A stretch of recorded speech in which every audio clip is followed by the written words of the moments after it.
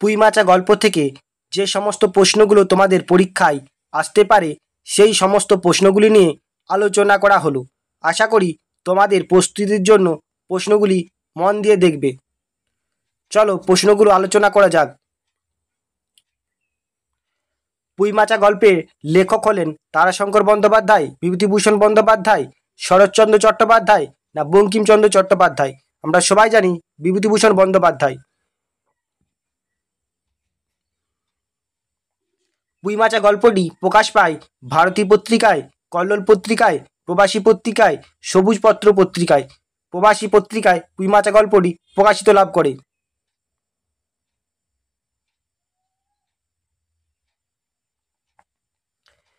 পুঁইমাচা গল্পটি কত বঙ্গাব্দে প্রকাশিত হয়? 1331 বঙ্গাব্দে, 1330 বঙ্গাব্দে, 1332 বঙ্গাব্দে না 1300 বঙ্গাব্দে?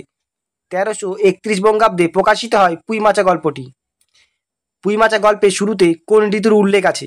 গ্রীষ্ম, বর্ষা, শরৎ না শীত? শীত ঋতুর উল্লেখ আছে। সয়হরি জাতিগত দিক দিয়ে ছিলেন ব্রাহ্মণ, কায়স্থ, বাগদি না গয়লা? আমরা জানি ব্রাহ্মণ। সয়হরির সন্তান সংখ্যা ছিল 1, 2, 3 না 4? 3টি ছিল, খেন্তি, রাধি আর পুটি। সয়হরির বড় মেয়ের নাম কি ছিল? সয়হরির বড় মেয়ের নাম ছিল খেন্তি। সয়হরির ছোট মেয়ের নাম কি ছিল? সয়হরির ছোট মেয়ের নাম ছিল রাধি। অন্নপূর্ণার 3 মেয়ের নাম খেন্তি, পুটি আর রাধি। সয়হরির স্ত্রী হলো দেবী অন্নপূর্ণা, অন্নপূর্ণা, খেন্তি না অন্নদা? অন্নপূর্ণা ছিল সয়হরির স্ত্রী। সয়হরির রান্নাঘরে চালটি ছিল টালিতে ছাওয়া, টিনেতে ছাওয়া না খড় দিয়ে ছাওয়া, পাতায় ছাওয়া? আমরা জানি খড় দিয়ে ছাওয়া ছিল।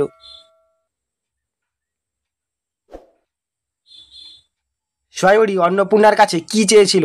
ঘটি ও বাটি, গামলা, ব্যাগ না পুঁইশাক? আমরা দেখেছি ঘটি বা বাটি চেয়েছিল। সয়হরি স্ত্রীর কাছে যখন ঘটি বা বাটি চাইল তখন তার স্ত্রী নারকেল তেলে থেকে তেল বার করছিল, নারকেল তেল মাছ ভাজছিল, নারকেল তেলের বোতল থেকে ঝাঁটার কাঠি দিয়ে তেল বার করে চুলে মাখছিল না নারকেল তেলের বোতল থেকে তেল বার করছিল? আমরা জানি নারকেল তেলের বোতল থেকে ঝাঁটার কাঠি করে তেল বার করে মাথার চুলে মাখছিল। তারকখুড়ো গাছ কেটে রস বার করেছিলেন শরৎকালে, হেমন্তকালে, শীতকালে না বসন্তকালে? শীতকালে গাছ থেকে রস বেরোয়, অর্থাৎ আমরা জানি খেজুর গাছ কাটলে রস বেরোয় এবং সেখান থেকে শীতকালে খেজুর গুড় তৈরি করা হয়।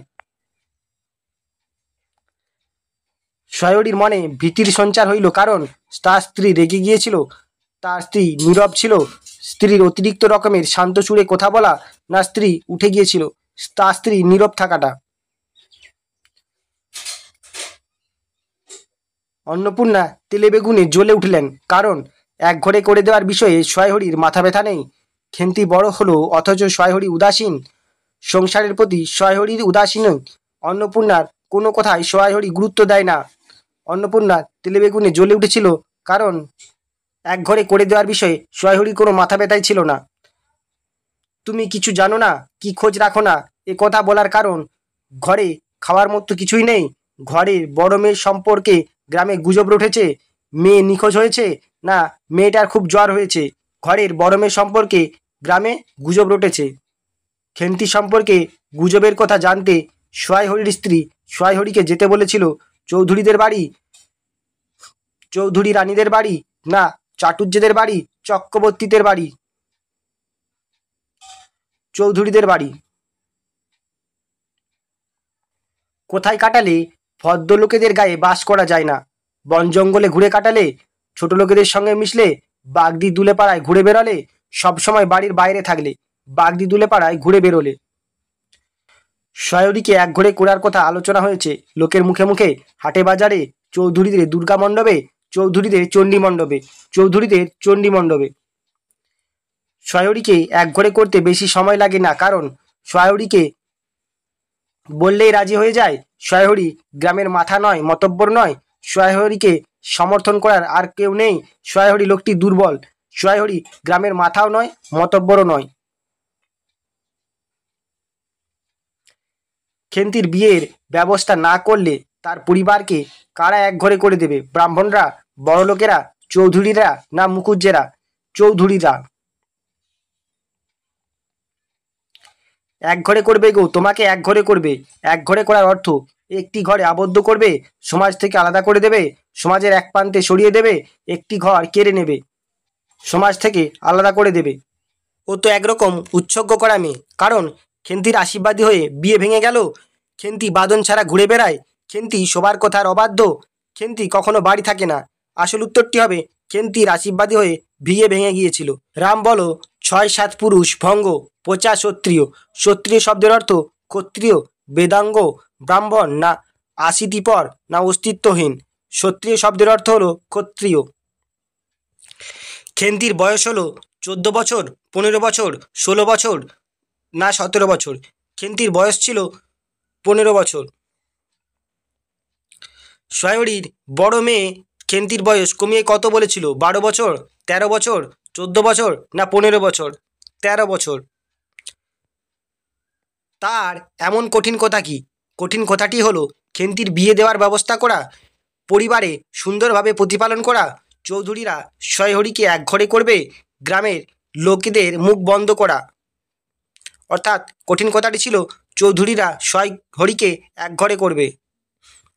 14-15 বছরের মেয়েটির হাতে ছিল বড় একটা মেটে আলু, এক বোঝা পুঁইশাক, এক বাটি খেজুরের রস, না পাত্র ভরা পিঠে পুরি। বড় মেয়েটির হাতে ছিল এক বোঝা পুঁইশাক।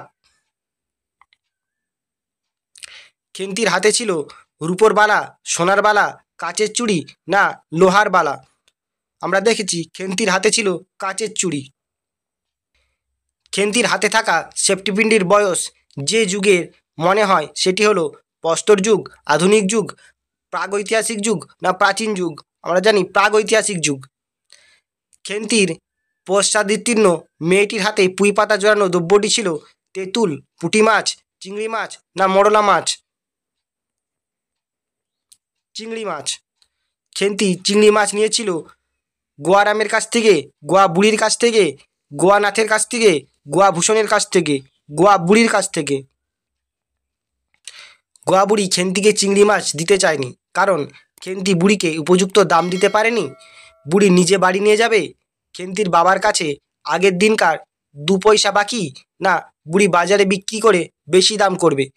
খেন্তির বাবার কাছে আগের দিনকার 2 পয়সা বাকি।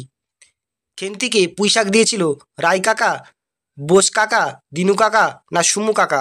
রায় কাকা। অন্নপূর্ণার মতে খেন্তির সময়ে বিয়ে হলে সে কয় সন্তানের মা হতো? 1, 2, 3, না 4?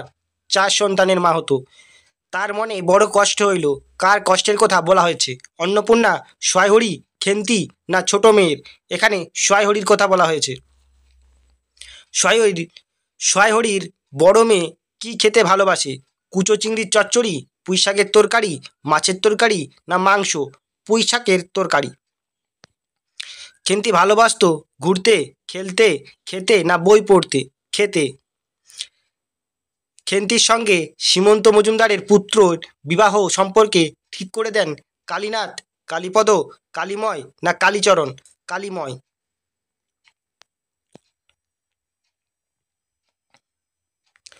খেন্তির সঙ্গে সীমন্ত মজুমদারের পুত্রের বিয়ে সম্পর্কে কালীময়ের ঠিক করে দেওয়ার কারণ হলো সীমন্তের কাছে কালীময়ের নাকি অনেক টাকা ধার করেন, সুদও বাকি। কালীময় সীমন্তের আত্মীয়। কালীময় ও সীমন্ত দুজনেই বাল্যবন্ধু। এই কাজে কালীময় কিছু পারিশ্রমিক পাবেন। সঠিক উত্তর হলো সীমন্তের কাছে কালীময় নাকি অনেক টাকা ধার করেন, সুদও বাকি। মুখুজ্জে বাড়ির ছোট মেয়ের খুকির নাম দুর্গা, দময়ন্তী, পুটি, না সরস্বতী? দুর্গা। খেন্তির জন্য যে পাত্র দেখা হয়েছিল তাদের আর্থিক অবস্থা ছিল সচ্ছল, সঙ্গতিসম্পন্ন, মধ্যবিত্ত, না দরিদ্র? সঙ্গতিসম্পন্ন। সীমন্ত মজুমদারের কিসের ব্যবসা ছিল? চালের ব্যবসা, মাছের ব্যবসা, ধানের ব্যবসা, না সুদের কারবারি? সুদের কারবারি। খেন্তির বিয়ের যোগাযোগ করেছিলেন কালীময় সয়হরির দূর সম্পর্কের আত্মীয়, মুখুজ্জে বাড়ির বউ, না সুধাময় সয়হরির দূর সম্পর্কীয় আত্মীয়? খেন্তির বিয়ে হয়েছিল বৈশাখ মাসের প্রথমে, আষাঢ় মাসের প্রথমে, শ্রাবণ মাসের প্রথমে, না ফাল্গুন মাসের প্রথমে? বৈশাখ মাসের প্রথমে। যার সঙ্গে খেন্তির বিয়ে হয় তার বয়স 30-এর বেশি নয়, 35-এর বেশি নয়, 40-এর বেশি নয়, না 45-এর বেশি নয়? 40-এর বেশি নয়। খেন্তি যাওয়ার সময় চোখের জলে মাকে বলেছিল জ্যৈষ্ঠ মাসে আনতে, আষাঢ় মাসে আনতে, শ্রাবণ মাসে আনতে, না পুজোর সময় আনতে, আষাঢ় মাসে আনতে। খেন্তিকে বাপের বাড়ি পাঠাতে চায়নি, কারণ 500 টাকা বাকি ছিল, 400 টাকা বাকি ছিল, 300 টাকা বাকি ছিল, না 250 টাকা বাকি ছিল। 250 টাকা বাকি ছিল। খেন্তির কী রোগ হয়েছিল? কলেরা, বসন্ত, ডায়রিয়া, না শ্বাসকষ্ট? বসন্ত রোগ হয়েছিল। এই ছিল আজকের আলোচনা। যদি তোমরা পরবর্তীকালে তোমাদের পাঠ্যগুলি সম্বন্ধে আরও এমসিকিউ টাইপের প্রশ্ন পেতে চাও, তাহলে চ্যানেলটি অবশ্যই সাবস্ক্রাইব করে দাও এবং কমেন্ট করে তোমাদের মতামত জানাও।